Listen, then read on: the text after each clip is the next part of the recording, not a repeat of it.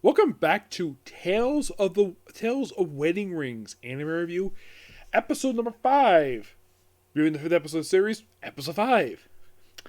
This episode adapts from chapters 11 and 12 of the manga, and they do make one change from what I can tell, but it's mostly everything is kept in. They do make one change. All they do is switch one scene around. The context scene has changed, but they moved it to a different location. But mostly they kept everything intact, which I'm kind of surprised with this episode. So, we start with this sequence where it looks like Sato and Hime are like, he's like coming out from work, and it's like, ooh, prepare some dinner, and then of course just like take her to bed, and then apparently Hime turns Nefertiti's while they basically look like about to have sex, and then of course Hime is like, what's going on here? And then of course basically she wakes up. By the way,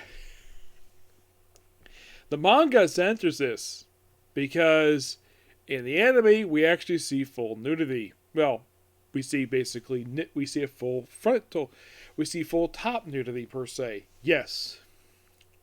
So Hime wakes up, and of course basically she sees that Sato is taking care of Nefertiti, which of course she's getting very jealous of. Her walk off in a huff, but she comes back. They suggest going to the Water Village next to get their princess, which of course that will be actually the 4th princess they'll get. Yes, Prince number 4. But the reason why it's number 4 because here comes the Fire Kingdom. Yes, the Fire Kingdom, which is ruled by cat people. Yes, cat people, and of course like Alathar's like, change of plans. We're doing this one first. We're doing this next. Like, and of course, and Mars like, oh man. Yeah, and well, there's a reason why. We'll get to that when the anime gets to it. So they climb onto the country. Well, apparently this is a capital which is mobile because it was attacked years prior to the series. So they are mobile now. Basically, they're all mercenaries. So it's like they gotta find that. Of course, all looking around, and of course, where Hime and Crystal get separated. Now they do move a conversation which is from the manga, which they move into a bit of a later scene where basically Hime and Nefertiti talk about about Hime being jealous of her over Sato, which is basically first they're getting like look around the market, see some books, like get separated, and then of course get some food, and of course that's when they have that very conversation about them being equals, kind of. They cut that from the manga. Here they kind of move the conversation here, which kind of makes sense. And this is where Sato, Alistair, Mars reunite with that 3 years separated, and then we're introduced to the princess Gnart, this very beautiful, muscular woman, where she beats up several suitors, and of course, before Sato can do anything, she hits him in the gut and knocks him like, huh, do better. And realized, oh yeah, he needs to train because he was not ready for this at all.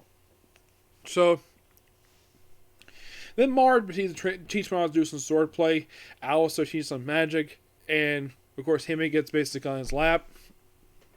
We do see Nefertiti where she's like acting a bit like nervous, probably a bit jealous in her part, and then we cut to Mars and Sato in a sauna, where we see female cat people getting massages.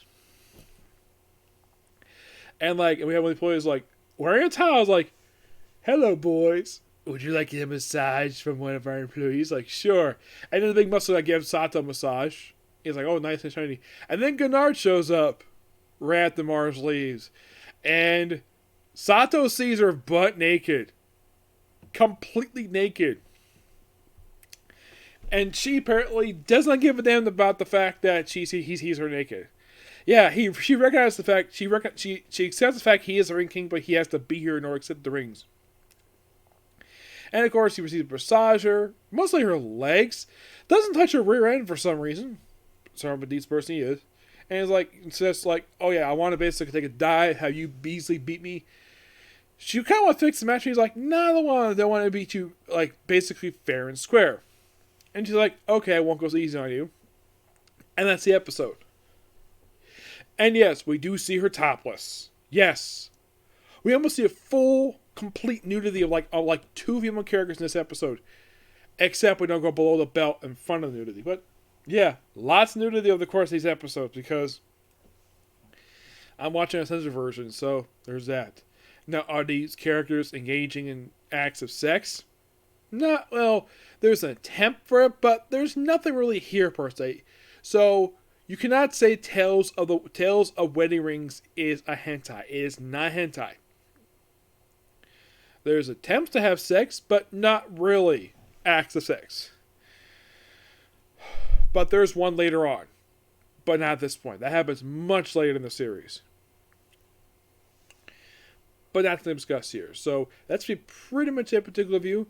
Next up is going to be Banished from the Hero Party. So please be sure to like, comment, subscribe, turn notifications, and do not hit the dislike button. Okay? Thanks for you. Bye.